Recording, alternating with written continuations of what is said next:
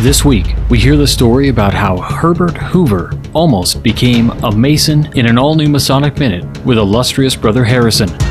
Then, stick around for an interview with the Worshipful Master of America Lodge 57. Why don't we have it? Why don't we have these tools to help us also learn about self-governance?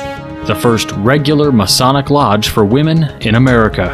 We here, the Lodge, America Lodge number 57, and us, we have the same goal. To fight against tyranny, against ignorance, against injustice, and we work together to stand for these principles. Stay tuned.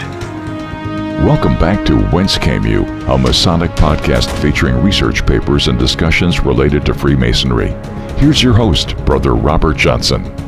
All right, welcome back. This is episode number 446 of the Whence Came You podcast, WCY. This week, really excited to bring you the interview, and I want to make sure I just tell everybody that while some of you may not agree with Freemasonry for women or women in Freemasonry, I would encourage you to listen and keep an open mind. And I leave you with this disclaimer that I usually don't put in any episodes, but I want to make it perfectly clear that the opinions reflected in this episode are not anybody's but my own and my guests. So with that in mind, and as usual, no secrets being discussed and no obligations being broken, let's get on with this episode. Before we get into the interview though, let's hear from illustrious brother Stephen L. Harrison with this week's Masonic Minute.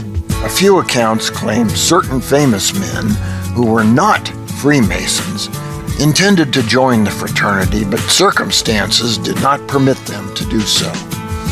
Notable among these are Dr. Martin Luther King and President Abraham Lincoln. Some reports say King was to have been made a Mason upon returning from his tragic trip to Memphis. Lincoln actually petitioned Terrian Lodge number 333 in 1860, but decided not to join until after his presidency, thinking becoming a Mason would look like he was doing so for political purposes. There has never been any doubt about President Herbert Hoover's Masonic status. He was not a Freemason. History nor Hoover himself have never had much to say about why. He just wasn't. In the memoirs of prolific Masonic author Ray V. Denslow, however, we learn there is more to the story. Former Secretary of Agriculture Arthur M. Hyde lived in Trenton, Missouri, near Denslow's home. After his presidency had ended, Hoover visited Hyde at his home, and a few guests were invited to the affair. Denslow and his wife Clara were among those fortunate to receive an invitation, and he gave the following account. Mrs. Denslow and I were both invited to the Hyde home to meet both Mr. and Mrs. Hoover. The evening proved to be in the nature of a reception. I had opportunity to talk privately with Mr. Hoover for a time and to study him and his wife at close range. Mr. Hyde said to him, "This is the young man I spoke to you about." I never did learn what he was speaking about, unless it was that Mr. Hyde told me once that Mr. Hoover would petition the Masonic fraternity if he thought he could get in. The inquiry came before campaign time, and I assured Mr. Hyde that he knew as well as I that any attempt to present a petition at that time might be regarded as campaign propaganda. He said Mr. Hoover wouldn't consider it in that event, and the matter apparently dropped. Another interesting thing Mr. Hyde said to me was that when Hoover attended college in California, he was not a member of any college fraternity. Several fraternity men attempted to keep him from going with Miss Lou Henry, later his wife, who was a sorority girl. This angered him to such an extent that he always regarded fraternities with a questionable eye. Not until after his experiences in Europe and this country did he assume a favorable attitude towards them. So Hoover's situation then was somewhat similar to Lincoln's. Political reasons may have prevented him from becoming a Freemason. What's more, he may have put off thoughts about joining until it was too late due to a prior negative experience with fraternities. It's not clear how seriously Hoover may have thought he wouldn't get in, but it's a clear certainty he would have been elected to receive the degrees had he submitted a petition. Lincoln, King, Hoover, and probably many others have considered knocking at the outer door, but for whatever reason, just couldn't take that first step. And in the vast majority of cases, it's a shame. The craft most certainly would have been all that much better having them as brothers. For the Whence Came You podcast, this is Steve Harrison with the Masonic Minute.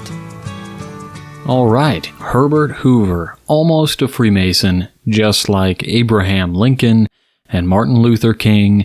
You have to wonder what the world would have been like with the influence of some of these other greats within Freemasonry. If you love these Masonic Minutes, I cannot suggest enough to head on over to our YouTube channel and check out the other videos that illustrious Brother Harrison has put together for us, and go to wcypodcast.com and check out the bookstore, where you can find links to all of Steve Harrison's books and read them, and the inner voice that you read with suddenly transforms into the brother that you know and love. You'll have Steve Harrison in your head. Not a bad thing at all. I'm also going to put in the show notes links back to the Missouri Lodge of Research, because two of the books that we recommend are the 2-volume set on Ray V. Denslow, which of course you can buy on Kindle, but I think having them in print, you might like that too. And to get them at a great price and all of the other benefits that come with a membership to a Lodge of Research, you might just want to check that out. So again, wcypodcast.com to check all that out. It'll be in the show notes for links, but in case you want to go straight there, it's molor.org, molar.org. And now, as promised, let's get into this awesome interview I had with Worshipful Brother Lou Elias, the Worshipful Master of America Lodge 57 under the AHAF, Freemasonry for Women, the first regular Masonic Lodge for women in America. All right, everybody, we are back this week, and I am so excited to have Worshipful Brother Lou Elias, the current sitting Worshipful Master of America Lodge number 57, the first regular women's lodge in America under HFAF. Worshipful Master, Worshipful Lou, thanks for coming on the program. Worshipful Brother RJ, thank you so much for inviting me. I have so many of my brethren that are fans of your program. I'm really excited about being here too. This has been, what an amazing journey in terms of women in America and all of these things. And we're really going to get into the meat of this. But in terms of introduction, we've got a wide gamut in terms of our audience.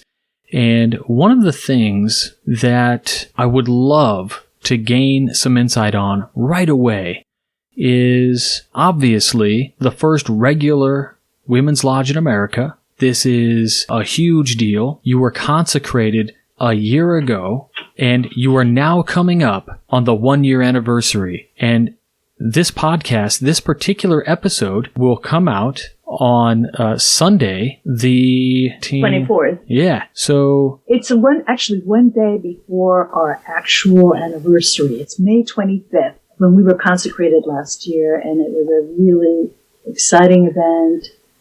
We had a beautiful consecration ceremony and a lovely gala reception afterwards. It was at the Shriners Amos Temple in downtown D.C., and we had over 60 brethren from HFAF, the Freemasonry for Women in London, a delegation headed by our Most Worshipful Grand Master Christine Chapman from London and from Spain here with us to help us consecrate our lodge. So we're really excited about this weekend. It's our anniversary. On the 24th, on Sunday, when this program airs, we will be holding a virtual anniversary celebration with our Grand Master, our Grand Secretary, our Grand Inspector General, and our Grand Director of Ceremonies with us. And of course, we're doing this virtually, but it's going to be a beautiful event as well. You know, we talk about how much of a strain it is today, not being able to meet our brothers, in person, but no doubt, you guys pulled out all the stops for your installation, for the inauguration of the lodge. Mm-hmm. I'm sure that this ceremony for your 1 year is just going to be fantastic. Christine Chapman, is she still the Grand Master? Will she still be? Yes. Okay. Yes, she is. We're very lucky to have her and her group. I have to tell you, I watched the special that you guys had filmed, which is on your website. So if you go to the website, we'll have links to that in the show notes as well. I really encourage everybody to watch this video because it gives such a wonderful history of not just Freemasonry, but women in America. And the Great Experiment, all of these amazing things are in the video. But let me dive back. Let me dial it all the way back for a few minutes. And Worshipful Brother, please tell me how you got interested in Freemasonry. What drew you to the craft? How did you navigate joining in the United States where there was no, well, we'll say, quote unquote, regular way to join? Wow, it's a long story.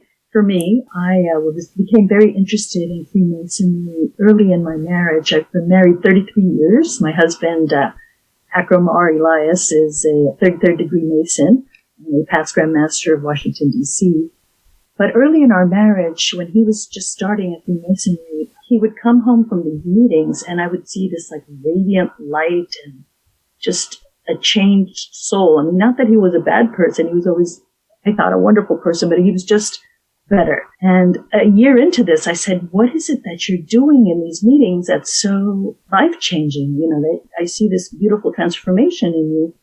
And he said to me that he really felt he found his calling, and this Freemasonry was really building a greater strength within him and able to appreciate the abundance of the world and just all these wonderful things. And I said, well, I definitely want to be involved. I want to find out, how can I do this as a woman?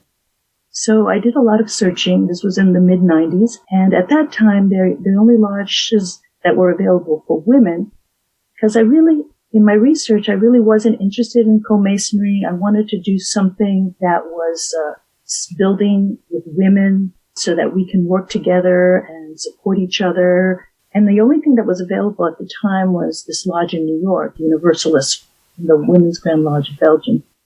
So I had joined that lodge. And I was a member there, and I would travel from D.C. to New York once a month, even though they met twice a month, but I would go once a month. And so I became a Mason there. That was my first mother lodge. And so I worked there, and then we created a lodge in Washington, D.C. in 2001, Emuna.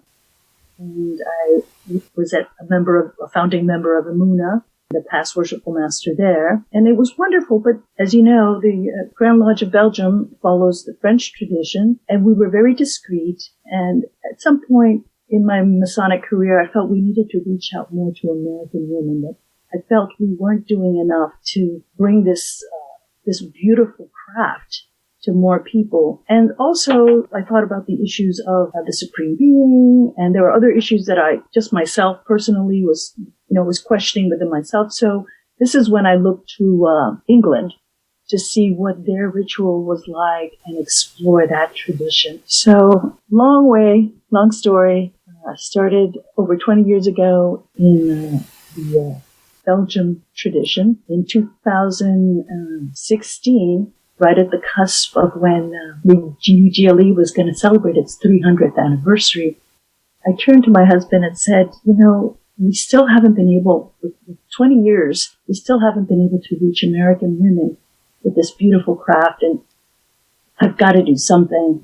And that's when I went to England, knocked on their door and said, how can you help us? Because I believed that the English tradition with the language and maybe the culture might be easier to bring to America. And definitely the belief in the supreme being, because in America there's freedom of religion, and it's a big issue. And I thought that this would be more compatible and more to my true calling. That's what we did. We knocked on the door and the discussions. A few of us had some wonderful colleagues of mine, Inessa Machenko, who's our senior warden, and Priscilla Gathoni, who's my junior warden. We set out to start this lodge, and we traveled to London, and we were able to bring with us a few other brethren. There were 7 of us in the first group, and we started our new lodge. So shout out to all my brethren out there through all the hard work. When we consecrated our lodge last year, we had 14 members to start the lodge. We were installed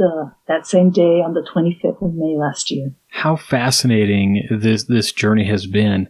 You know, we have a large number of younger Masons, and by the term younger, I don't mean in age. I mean in context to having joined. Myself, I've been a member for 11 or 12 years now. And what I find just so cool is that you've been a member almost 20 years now. You're a very seasoned Mason. You've already been a worshipful master in a previous lodge. When our listeners out there are hearing things that you're saying, things that are very familiar to what I'll term male craft masonry, as I would probably call HF and AF women's craft masonry. Would that be fair? Sure. Okay. And so when we talk about the first regular Masonic lodge for women in America, that regularity largely follows some guidelines. We have we have a lot of misidentification when it comes to, in America, regularity, clandestine, all these weird terms. And what regularity consists of is pretty fair, right? It's single sex, believe in a supreme being, the 3 great lights on the altar, Correct. No religion, no politics. And what they would, and so the lineage, you have to show the proof of a lineage, which, the origin, in our case, came from the UGLE. Right. And this came, so with all this being said, this is all very familiar to male craft masonry. We have the same exact tenets. And my question is, and you can fill us all in and we'll be the wiser, is if I asked, what is women's Freemasonry?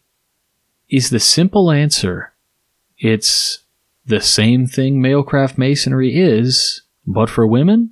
Or is it nuanced? Is it different? Can you explain that a little bit? Well, that's kind of a trick question, because of course it really is the same, but it always is going to be a little different. I mean, you are male and we have women, and we will have our own ways of working, very nuanced. But basically, it's the same. We have the same ritual. We memorize. The fellowship is there. We do the charity. So in essence, it's the same work. The regularity, we have the belief in the supreme being, which is a prime tenet there. And, that we have our single gender meetings, in our tiled meetings. And in England, there is a very good relationship between the male and female regular Masons, where they share lodge rooms, and they have a university scheme where both work together. And then there are also public social events that are together. For example, my Grand Lodge had its centenary anniversary. That's 100 years. The Grand Lodge is over 100 years in existence. They had their anniversary at the United Grand Lodge of England in their Grand Hall. So there's a very good relationship between the 2 Grand Lodges, and I hope that one day we may have that kind of relationship here in the United States. I have no doubt that you're going to eventually have this same relationship. As with anything that is, you're 100 years old, but it's new in the United States. And and with that comes obviously some Masonic quote unquote dissonance, right? I would love to just mention when you spoke about the synergies between UGLE and the Grand Lodge HFAF in the video that is on your website, the gala that happens after the consecration of America Lodge 57, at the time, the Grand Master of the Grand Lodge of Washington, D.C., takes the podium and he says, "We stand for the same things. We're against tyranny, we fight ignorance, and we fight injustice, and we're doing it together." We here, the Lodge, America Lodge number 57, and us, we have the same goal: to fight against tyranny, against ignorance, against injustice, and we work together to stand for these principles. And I found that sentiment so powerful because as a Freemason, a free builder, as you alluded to, I think in the video you said that the craft is an initiatic society that enables you to free yourself, to become a builder of yourself, a free builder, and then to work toward the advancement of the human condition. And I think if we're going to accomplish this mission, we necessarily have to have this working relationship. And so I don't see that there's a future that doesn't happen. I'm really optimistic about it. Yes, I agree. I mean, this whole country, America, it's known as the Great Experiment. That's why we labeled the video that. It's a great experiment, and from its first settlers, it's somewhere where people did things differently. We explored, we were seekers, and we had a lot of resilience and optimism. We wanted to make this new place our home, but the problem, we were missing an element, and I believe it was that feminine wisdom that was not there. We had these wonderful male founding fathers and leaders, but the feminine side was missing. And I believe now is the time to find that balance, that equilibrium, so that the woman's voice is heard, is there, and we've evolved all as a culture, as a nation, because of it. We women were blazing this new trail because this is a new frontier for us, as you say. It's a new stage in our evolution, and we have so many opportunities now with education, with jobs. At one point, I hope we can get paid well also. So there's so much that to do still, but so many possibilities in this great experiment. I'm hoping that, like you said, to begin with, the Grand Master of Washington, D.C. was at our consecration. He was very supportive. We also got beautiful mentions from the secretary, the CEO of the UGLE, 2 days after our gala, posted on their Freemasonry Today, and they also tweeted congratulating us and HFAF and our Grand Master for this historic consecration. We're finding a lot of wonderful waves of support. I think it's something that America needs, this new shining light, especially during this period of darkness. I think this is the perfect time for women Freemasonry. And we're so happy, this is our first anniversary. We just started, but we're very excited, and we're really working very strong and forging ahead. Something that you said, you mentioned a few terms that I think in the political spectrum of things might trigger some folks. And that is the idea that we have the 19th Amendment, the women's right to vote. Yes. We have been working as a country to better the human condition. And as we move through these things, there are these logical steps that we're taking. Mm-hmm. And a long time ago, as a man and a Mason, I was forced into a question. My wife said, "Well, why can't I join? Why aren't women allowed?" And I had no answer other than the typical rallying cry, because it's a fraternity, mm-hmm. because it's in the obligation, men only. And it made me think, well, why is that? Are only men entitled to enlightenment? Are men some sort of beasts to be tamed and we don't know? So we only need this? And my wife has been a student of Masonic philosophy for a very long time and has a high interest in the women's fraternity of Freemasonry. And when I think about the logical next steps, it seems like women's Freemasonry should have already existed for 300 years alongside male-craft masonry, because it's this Enlightenment, Renaissance type philosophical ideas of equality and fighting these things that we talk about, fighting tyranny, ignorance, and justice.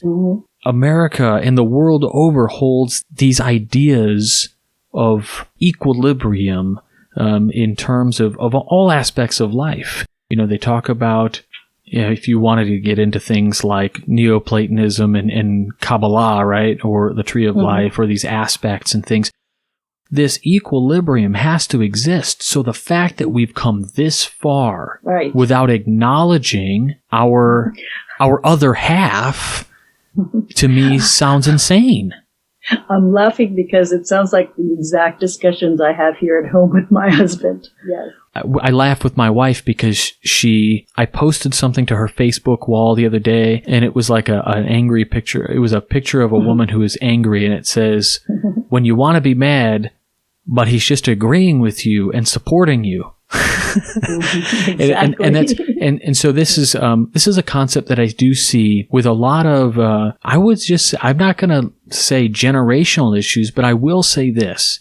It does seem that in the last 50 years, there are a lot of people who are now understanding this value of equality, the value of understanding, the value of feeling and working together toward a better world. And women's Freemasonry just seems like another great step in that direction. Exactly. It has to happen. I was recently invited to speak at a men's lodge in North Carolina, the Charles Setzer Lodge. Their worshipful master had read about us, and this was the first male regular lodge that has invited me to speak. And one of the questions I posed to them, I said, well, what do you tell your daughters when they ask you, well, Daddy, why can't I be a Freemason? Because they see all the wonderful work that they do. They attend all the barbecues. They attend all these family events and such great people. Why is that only Dad? Why doesn't Mom? And why can't she? So, we had a very interesting discussion. But, to go back a little on what you were saying about, or asking me about the nuances and how we're a little different, one of the things that we do in our lodge is we write papers, philosophical or esoteric papers on the symbols, in addition to the memorization and the interior work. So I think women have their own way of expressing themselves, and we provide a very good forum for us to share these ideas and develop them further. My goal is that we write some of these papers on these same symbols that men study. And at one point, I would love for us to just compare and see how the same symbol can be viewed so differently from the different perspectives. And we hope to offer that, hopefully, to our community, our Masonic community. That's something we're working on. Absolutely. I've got 4 children. I've got 3 boys, 13, 11, 9, and now I have a daughter who is 4. And my best friend, Scott, also has a daughter. Scott and I have been called raging feminists at different points in our lives. And I think Scott and I, one of the things that had happened on a car trip once was, what are you going to do when if your daughter says, I want to join Freemasonry? And at this point, AHAF doesn't exist in our minds. Like, we don't know about it. So all we know is co-masonry, Le Droit Humain, these kind of things. And Scott and I both said, I guess we leave male-craft masonry and join with them. Right, just because it's this idea of supporting, and we wanted to have an option to be able to give them the same enlightenment that we've experienced. I have to say, hearing you talk a little bit about the philosophy and the papers and the education, is very refreshing. In the video, you had mentioned, I will paraphrase you. You said something like, it's come to a plateau and we need to take it to the next level. And I guess when I heard you say plateau, I thought, how have we plateaued? Because it kind of feels like there's two elements to mailcraft masonry, which is Freemasonry as it has existed, and maybe we plateaued at some point in the past, in the last 40 years, when we hit some major marker for membership. Is that how we plateau, or did we plateau when we were finally able to take more than 5 minutes for education in a meeting? And it sounds like from the get-go, you're doing it. I don't want to say you're doing it right, because that's injecting my subjective opinion, but it just sounds really nice that you guys are doing some education and philosophical work along with the charities and along with the civic work. I'm glad you said that, because I got a lot of criticism for using that term. And to explain myself a little, I was really thinking that Freemasonry, for me, there were always forward thinkers. And for some reason, with this issue with women, we just refused to see the feminine side. And although we all recognize that we need both in equilibrium in our duality, but it's us forward thinking. So really, let's move forward, let's move ahead. And I believe now we're making that step. I think that's what this is. In the creation of America 57, in putting yourselves out there to the world in these videos, and you have a great new website, and all of the publicity that you've had with being tweeted about and articles being shared, have you had to deal with any challenges? Well, first I wanted a shout out to our web designer, Daniela Panachute, who did a beautiful job on the website, and her husband, Juan, who is also a brother and very supportive of everything we do, Lopez. And it's challenging because we did get a few, you always have a few people that are not happy or just don't accept and say, you'll never be a Mason and that doesn't exist. And very minor. So challenges? No. Actually, overwhelmingly, people have been supportive. That warms my heart to hear, because, we always want to we tend to dwell on negative, or people tend to. And I think as we move toward this more accepting stage in the human condition, of the evolution of the human mind and heart, we find ourselves at this crossroads where people are starting to recognize their own cognitive biases, their historical biases, understanding concepts of rose-colored glasses and viewing the past better than it was. And exactly. And now we have this ability to look forward and see what can be possible. It's like next. Yeah, what's next? Yes. What's the next best thing? What's out there just beyond reach? And if we've come this far, firing on just half our cylinders, what's so scary about saying, you know what? Let's fire on all cylinders and see what happens. Exactly. And this is what this country is so wonderful at providing, this laboratory of experimentation for us in our self-governance to evolve and develop this. We have this opportunity here. Other countries do not have that. And that's our uniqueness, and it's something to be very proud of. In the video, you mentioned, I referenced the video because it was so well done, and I just watched it again today after watching it probably 2 or 3 times. But one of the things that you talked about was, even in this interview so far, you mentioned reaching women in America. And so this ties into one of my questions, and maybe it's part of the answer, maybe it isn't. How do you define success for America 57? Wow. Well, for me, as I mentioned earlier, leaving my previous lodge was a very difficult decision. And, but as you know, in Masonry, it's known for breakouts and groups that evolve to something else. And that's just part of evolution and change and nature. I had done what I could do with the lodge that I was in, but we had not been able to reach out to more American women. So my reason for leaving was that I wanted to build something or help build something that could reach more women in America, because this is a beautiful craft with so much potential, that an honor for us to be the ones transmitting it, our lodge. ideally, we created this one lodge in Washington, D.C., but we ideally want to go out and reach other locations throughout the U.S., help create more lodges so that hopefully one day in the future we would eventually have maybe our own Grand Lodge. But that's way down the line. Firstly, we need to just share this craft with this country. And I think it's something that women especially need. We have universities and women can now learn and train and data, and that's all good. But this internal work, this initiatic process, which is so unique to Freemasonry, to build that inner character, the ritual, those moral and spiritual values that Freemasonry give you, that's inner strength, so that you can go forward and build a better self and a better world.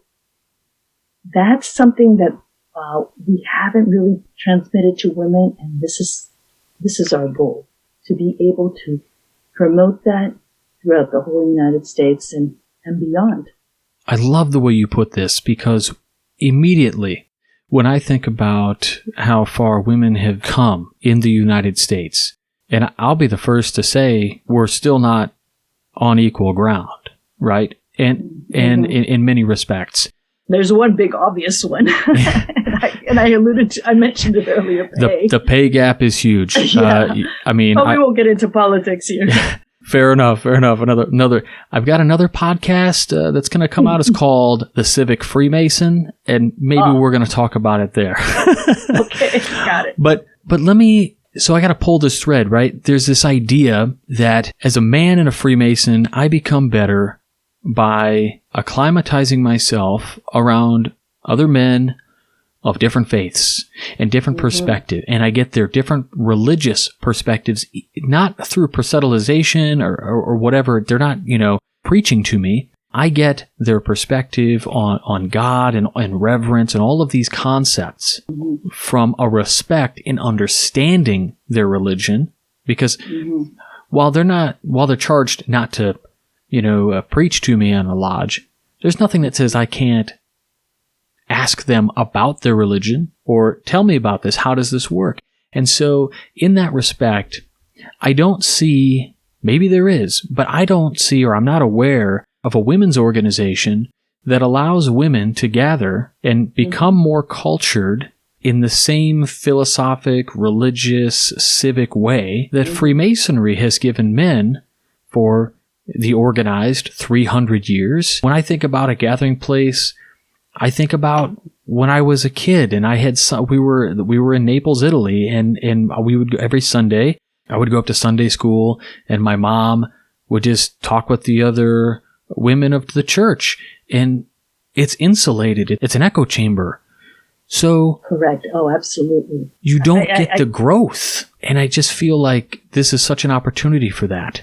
Yes, definitely. And the other thing, I do have to caveat that a bit, because in Washington, D.C., which is where I live and where our lodge is situated, we have this international community. So we have so much diversity all around, and our members come from all walks of life, which is male Freemasons work as well, right? You have members who are grocers and bankers and lawyers and trash collectors, you name it. And you're all coming into this lodge as equals, from your various cultures, races, and your religious traditions. And we're all sharing in this journey together on the level as equals, with mutual love and respect, working in harmony for the betterment of society, working for all these beautiful goals of building. We're building these beautiful bonds of friendship. And, it's with women who would otherwise, like you said, would never have met themselves were it not for Freemasonry. Normally, like you said, the church group would be all the same religion. Here we have, in our group, we have Shia, Sunni, Catholics, Christians, Jews. So we're so lucky in this group of women. Now we have up to 24 members, and I think we have every continent covered, from Latin America to Eastern Europe, to Asia. It's wonderful to be able to share so much this diversity of cultures and traditions like you said, we're not proselytizing, but it's offering a different perspective, and you get these aha moments because you're like, wow, I didn't see it that way. And in the moment of silence and reflection, you learn from it, and hopefully it makes you a better person. In this time of quarantine, are you guys largely operating the same way many lodges are? Are you guys meeting online? Are you taking care of your normal business? Mm-hmm. Well, like I said, our anniversary celebration is on Zoom Sunday. So, yes, we're holding study groups, doing like fellowship, like happy hours on a Friday, and That's things awesome. like that. And we have WhatsApp chats daily where we're checking in on each other and seeing who needs what and who needs a ride to the doctors or you name it. So we're in steady stream. So we have a WhatsApp with our local lodge, and then we have an international WhatsApp. And there we communicate with our brethren in Spain, in Romania, in India. I was in on a Zoom meeting, international Zoom meeting last week, and we had brethren from India, from Romania, from Spain, and us from the United States. So, and then of course England and all the surrounding, territories in England. So it was just a beautiful international meeting. We had over 75 brethren online. Wow. We're keeping busy. Yeah, for sure. So it sounds like, this is a challenge for many lodges, and we make the joke that anybody who is the worshipful this year, who just got elected, let's say, just recently, easiest year ever. But really, it's been a challenge, I think, to organize these kinds of things in such a new, quote unquote, way for a fraternity that is so based on face-to-face human contact. Was it a difficult pivot for you guys? How did you guys deal with it? Well, you always have the challenges of technology, and some members who are more adept at technology and others not so adept. Luckily, our lodge seems to be pretty cohesive in stepping up to the game, should I say. But of course, we're not meeting face to face. It's not a real lodge meeting. It's more like study groups or social settings. So we're missing that other beautiful element, which is the main purpose of Freemasonry, is that regular tiled meeting. It's sad in that respect, but still we're trying to make the best of it. Has this been, I was going to ask, what's been the most challenging part of this year for you as worshipful master? And then it dawned on me, maybe it was this, but then again, maybe it wasn't. What's been the most challenging thing for you this go round? Well, this is a monumental task, this building a new lodge here in the United States from scratch. So it's not just the administrative part of it, but, you also want to build the Masonic part of it, institutional learning part of it. And juggling those two huge tasks is challenging. But we knew going in that it was going to be tough in the beginning. So we just, with perseverance, fortitude, using all our virtues, prudence, yes, moving ahead. And then you get this huge challenge of this virus. So we take the challenge in stride. We work through the issues, and we're working ahead. We have so many brethren waiting to come in. We had a meeting scheduled on March 15th, right after the announcement of the closures here in America. And so we had three candidates ready to be initiated. So they were put on hold, and it's going to, back up our groups. But well, you mentioned in the beginning, you started with just 14, and now you said you have 24 members. So I'm just doing simple guy math here. Did you guys bring in 10 people this year? We brought in 10. Yeah. So so this is, for any lodge, that's monumental. That's pretty big. Mm-hmm. Congratulations. Thank you. You've been working hard. Got a couple more questions for you for this interview. And one of them is, what is a piece of advice you can give either a woman interested in Freemasonry, maybe she's told her husband, maybe she hasn't, or just in general, we have lots of women who do listen to the show because of the interest in the age-old mysteries, of Freemasonry. What's your piece of advice for a woman who isn't in Freemasonry, who is thinking about it? Well, definitely, I have to say, visit our website. Get to read some of the information on there. Definitely watch our consecration video. You see a mock rehearsed part of the consecration and the installation. It shows you what the lodge looks like. It's very ceremonious. It's a solemn occasion. And then send me an email and let's talk. Because that way I can see where your interests are and I can guide you towards some readings. Sometimes I don't want to tell people to read too much. So depending on this exchange that we have, it would be good that I can recommend some books or things to help you decide if this is the path you want to follow. Another question for you is, we've got a lot of people who are, there's chances people are going to have to sit in the East again because of the virus. In some respects, they're doing these ad hoc elections. And we've got a lot of people, a lot of senior wardens sitting in the West, getting ready to go into the East. And now this is your second time in the East, correct? Right, but the issue with me is that it was a different tradition. In my previous Masonic career, we were practicing the ancient and accepted Scottish Rite. Ah, yes. And here in HFAF, Freemasonry for Women, we follow the universal rite, which is the rite that the United Grand Lodge of England practices. And for the men here in America, it's similar to the emulation rite. Okay, so fair. So we had to study a whole new ritual. The ones that came from the other tradition. Yes. That notwithstanding, I still want to ask, what's your advice as a worshipful master for anybody who is heading to the East? What's your one piece of advice for them this upcoming year? You're very lucky. You have all this wonderful time to practice and study, hopefully, and prepare yourself for the next challenging step. It's a wonderful opportunity now to reflect on the job. Hopefully, things are a little slower than our usual pace was in the past. I'm hoping that you have time to seriously reflect and be able to plan out your year, because it comes in the blink of an eye.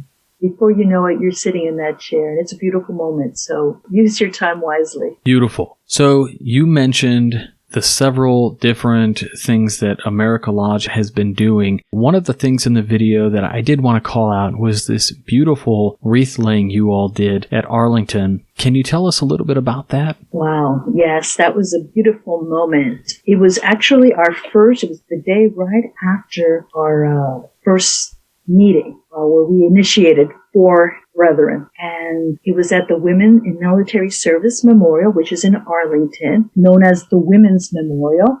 And we wanted to make our first public act, our first act as a lodge, a commemoration, and because it was Memorial Day, it happened to be Memorial Day, we had planned it around that weekend, we wanted to lay a wreath for all the women who have sacrificed their life in defense of this country, which for us is the highest call of duty, the ultimate sacrifice. So it was a very moving ceremony. Our brethren from England and Spain were so impressed by the solemnity and the beauty of the families there, sharing their stories. We've made it a commitment to be there for them every year. So this year, Memorial Day, the 25th of May, we've made a collection in the lodge. We still don't have the final amount yet, but we plan to give them a check in support of the memorial, because it's a memorial that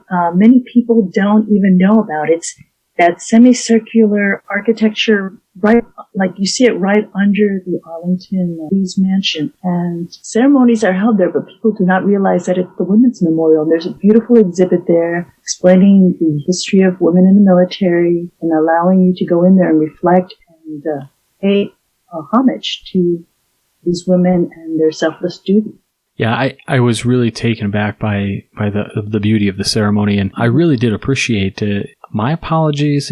I want to say it's Commander Lin Chow, who's your secretary. Yes. I was going to say that next. Yes, she did an amazing role in helping us there and spoke beautifully. So we thank her very much for her service. Yeah, it was absolutely beautiful, and she had her words were just perfect. Amazing. What's next for you? Do you stay on another year? Or you go to the secretary, the immediate past master seat, IPM? What's next for Lou? So right now we're waiting for guidance from the Grand Lodge. I think a lot of the Grand Lodges are still trying to figure out when we open, because we're officially abandoned until this situation changes. But traditionally, what the Grand Lodge had told us even before this pandemic, whenever they create a new lodge, the worshipful stands for 2 years. Normally our term is 1 year, but they always want in the beginning just to make sure everybody's settled in ritual and all that. Supposedly I have 2 years, which I don't know how that's going to be calculated yet. And then after those 2 years, then I would move to immediate past master. And then after that, it's director of ceremonies. You kind of like work a little way down. That's really a great scheme, actually, because not only does it prevent you from just ghosting the lodge after having served and given and bled for 2 years, it provides you a gradual step down, but to still provide you with duty to the lodge, and just doesn't cut you loose. I find those steps absolutely necessary. Anybody who's served in the East, because the last thing I'm sure you've heard the term a grumpy past master, and we tend to make those, and I think it happens because our masters step down and then they leave, and then I don't know why we do this. Maybe we're just not inculcating the values of the Masonic tenets or what have you, but we don't check on them. We tend to say, okay, thanks. And then they just sit in the lodge and whatever. We don't ask. I don't know. It's bizarre, but I love the scheme of having a step down, immediate past master of ceremonies and moving down through. That's fantastic to hear. I wanted to ask you about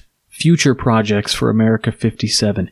You talked about wanting to eventually down the road, hopefully more of these lodges come up in America. If you could pick anywhere in the United States today to say Women's Lodge would be, what city do you think is a good zone for that? So, this is just forward thinking. And in our planning, in the creation of this lodge, we had always had the thought that our second lodge would be in New York area. So we currently have some brethren who travel. My immediate past master travels from New York to the lodge. And and we have several members. And one of the members that was going to join in the 3 that were coming in March is from New York. That is the immediate plan. But that takes time. It's going to take a few years. But we do have already a few that are from that area, and they have already a network of people that have been asking them that they can't travel right now, but if they create a lodge, they're definitely interested. So we're building that. We've made 2 trips to New York last year, to hold meetings of interested candidates. So we've been trying to nurture that relationship. And then we have, I was invited to North Carolina, so I have a few members there that are very interested. I have another person in law enforcement in Massachusetts that's very interested and has a group of people women that are interested in joining. And also I've had another very interested call from California. So, there are a lot of little spots, and so they're going to try to make the commitment to come to our lodge for the first few years, and then eventually spring greater lodges throughout the country. So in the interest of levity here, let me, at some point in the future, do you think you'll have to say, you had it easy, we had to go all the way to the UK to get our degrees. You get to come to DC. Yeah, maybe. That's true. So Worshipful, in terms of this year, we heard in the video about the 19th Amendment and some of the symbolism of this year in particular. Can you tell us a little bit about what that means for America 57? Well, when Freemasonry for Women, HFAF, finally agreed to help us in building this lodge here and consecrating it here in America in Washington, D.C. The dates that were falling into place were in May of 2019. So we chose Memorial Day weekend because it was a long holiday. People would be able to travel, take time off of work to celebrate this whole weekend, and then take a few days off if possible, if needed. But what was so symbolic and beautiful with that date is that on June 4th, the U.S. was celebrating the centenary, the 100th anniversary of the 19th Amendment being passed by Congress. It's June 4th, 1919, which was the vote that granted women the right to vote. And this whole year has been a celebration for women. The 19th Amendment was finally ratified on August 18th, 1920. So this August would have been, we would have been celebrating until August 18th. And it's so symbolic because here we are receiving this beautiful craft from women in England and, giving us this opportunity to better ourselves. And it's in the same year that women were granted the right to vote, the opportunity to speak for themselves and to be a whole part in our society. I just find it very symbolic that our anniversary was on this date, that our lodge was created on that date. It's so symbolic, and it's serendipitous in the fact that it just all came together. Specifically, speaking of this, I mean, you said you started this journey in 2017. Yeah. So it was like December 2016, and I turned to Akram and I said, here we are at the cusp of almost 2017. And UGLE is going to celebrate 300 years of Freemasonry, and women in America don't know Freemasonry. It's, why don't we have it? Why don't we have these tools to help us also learn about self-governance? And I said, we have to do something about this. So, I traveled to England, and lots of phone calls, lots of trips back and forth, and, and then getting my friend Inessa to join me in creating this lodge. And, so it took a few years. It took till 2019 to get the people, enough members to create this lodge. And then for it to fall in May, that was the best time that the members could come. And then it was right when this 19th Amendment anniversary of this passing of the 19th Amendment by Congress, it was just meant to be. Because it was the time, it's symbolic of the time that women would get that right to vote. This is just one of these firm kind of stepping stones, as we talked about, toward building the better human condition. And what better of a call to attention to this? I mean, certainly that's not the foundation stone to what we're talking about, but, in 6 years is the 250th of the great experiment. And in order to be there, and in order to celebrate, to be 250 years of this experiment, we've had the masculine, the divine masculine, don't we need the divine feminine force to come together in some... Exactly. Same level. Yeah, the same level, this amalgamation of the best of the best. Mm-hmm. And it's our responsibility as women and as Freemasons to carry forward this wisdom of the ages, this experiment, and we have to have the moral courage to build a more ethical world, a just world, speaking for ourselves, and doing this for the generations of women to come. You mentioned something, I know it's late, but I gotta say, you mentioned this idea that to embody these things, and in almost every single culture around the world, wisdom is embodied by a feminine figure. Is it not? Right? It is, indeed. From ancient Greece to Washington, D.C. Yes, our Statue of Columbia here. Yep. Sacred feminine, yes. And I love it. Worshipful Brother Lou, it sounds like you got another year ahead of you. And we're going to have you back on to talk about the second year of America 57. But I just can't thank you enough for not just coming on the program, but for having the strength and the courage, along with all of the other women of America 57 and AHAF, for doing what you guys are doing and pushing the world in the right direction. I fully understand the struggles and the challenges and headwinds that you guys have had to face in terms of I can read about it and I can try to understand it. I can't experience it, but I can be in your corner, and I always will be. And I just want to say thanks for coming on the show. Oh, thank you so much, RJ. It's been my pleasure, and you just need to give me a call and I'll be here for you. I know all our brethren love this program, and we'll be here listening to you and being loyal supporters as well. Thank you so much.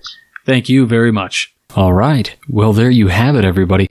I hope you really enjoyed this interview. It was very enlightening to gain the perspective of somebody who has been in the craft not only longer than I am, but also from the other side of the aisle, as it were, in the ways of gender. And I hope you all can appreciate and come away with a new understanding of perhaps what the ability to meet as Freemasons means to women who choose to take this enlightened path. You know, perhaps we've lost sight in some respect of just how lucky we are as men in society and the privileges that comes along with it. And I hope we just keep that in mind as we study the signs, symbols, and lessons of our craft and the ideas of justice.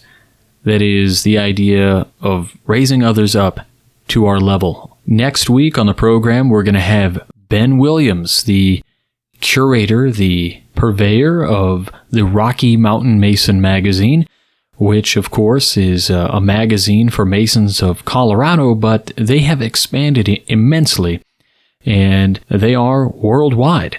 It is a quarterly magazine. You can check them out at Rocky Mountain Mason Magazine. A subscription costs just $33. I'm sure that's not planned, but maybe it is. Ben can tell us all about that next week. I hope you join us for that episode. Keep in mind, anybody out there who is interested in getting a subscription to the Rocky Mountain Mason, if you have also purchased a executive ticket for MasoniCon Chicago, you get a subscription for 1 year for free starting after the event. That'll all be handled for you, and that is our thanks and as a perk as an executive ticket holder for that event. If you want to know more about MasoniCon Chicago, head on over to www.masoniconchicago.com. And of course, I want to just give a quick plug for MasonicLegacySociety.com, which is, of course, the document and guide that we've put out is now available in 4 languages: English, French, Russian, and Spanish. All available for free. All the information that you provide us at MasonicLegacySociety.com only comes to me. And in that respect, just know that your information isn't sold or anything. It just stays with us so that we can get in contact with you in case we ever need to. We've got more languages coming: Hebrew, Farsi, Arabic, among others. So we're trying to get out this Masonic information as widely as possible. So our thanks to those of you who have been spreading the word about the document and practicing it. And while I'm on the topic of thanks, let me just go ahead and, of course, as always, give a huge thanks to our producers, our fellows, and our contributors who make this show possible every single week. Without you, we cannot do the show. You guys make it happen, and you have my eternal gratitude for that. If anybody wants to get a hold of me, you can do so at wcypodcast@gmail.com, and everything else is just on our website, wcypodcast.com. If you want to find out how to be a supporter of the show, you can find that there too. Thanks so much, and we'll talk to you all next week. Until then, stay on the level. For Whence Came You, I'm Robert Johnson.